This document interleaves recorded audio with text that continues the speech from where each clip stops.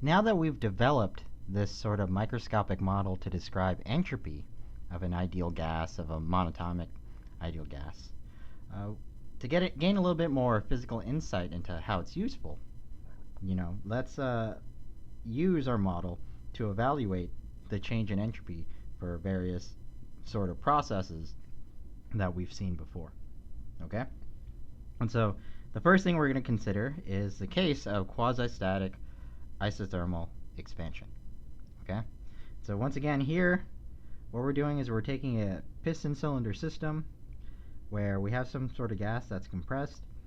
Then we heat the system in such a way that the gas is able to very slowly expand. Okay? Right? And so, we've looked at this case before in previous videos and in lecture. And so what we know for this case is that it's a closed system. And so, from a material balance, we know the number of molecules in state 1 to state 2. That's going to be constant. And what we also know is that because this is an isothermal expansion, and it's an ideal gas, and since internal energy for an ideal gas is only a function of temperature, that means that the internal energy at the initial state is going to be equal to the internal energy at the final state. Right? So that's just what we've seen before for isothermal systems. But the system is expanding, so volume 1 is not equal to volume 2. In fact, volume 1 is less than volume 2. Okay? All right, and so with those in mind, what we could do is let's set out to calculate what is the change in entropy of this system. All right, so what is delta S? And we know that delta S, final minus initial, would just be S2 minus S1. Okay? So using that microscopic model we developed in the previous video, let's actually just calculate what the entropies would be. And so S1 would be NKB, and then natural log of V1 over N, and then 4 pi M U1 over 3n Planck's constant squared, all that raised to the 3 halves plus 5 halves. Okay? So that's S1. And then S2 is going to be the same thing, except now we're just looking at V2 and U2. So 2. Let me erase all the 1s and replace them with 2s. Okay? Alright. So that's S1 and S2. We just used that microscopic model we developed in the previous videos. And so now when we calculate delta S, which is S2 minus S1, we took this and subtracted off this. We could factor out the NKB, right? And so when we subtract the two things, the plus 5 halves, that's just a constant. Those go away.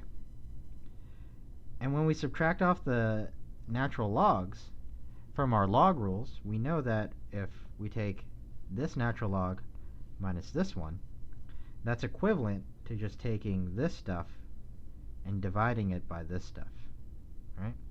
And so since we would just be dividing it out, all these constants here that are the same for S2 and S1, all those would cancel out. And also these n's would cancel out as well. And so what we're left with, when we take S2 minus S1, you can work it out by hand, but I'll just kind of write the sort of final result. We would get this, V2 over V1 times U2 over U1, all that raised to the 3 halves. Okay? And of course, as I said earlier, for this quasi-static isothermal expansion of an ideal gas, U1 is equal to U2. So these internal energies cancel out as well. And so what we're left with in the end for our delta S is that NKB of natural log of V2 over V1. Okay? All right, and so this form of the delta S should look familiar. In fact, to drive home the point even more clearly,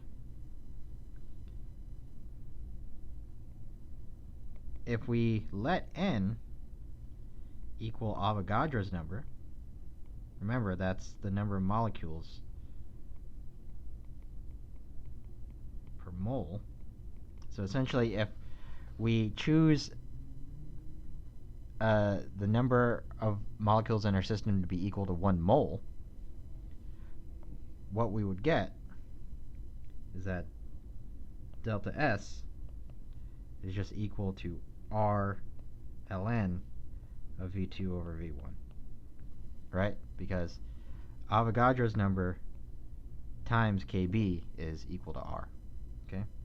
And so what we get here is that delta S for 1 mole is just R natural log of V2 over V1. And hopefully you remember that this is the same exact result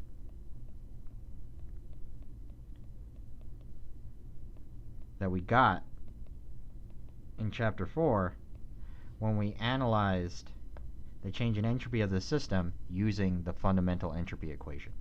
All right? And so, starting from a completely different molecular model, we still get the same exact final result.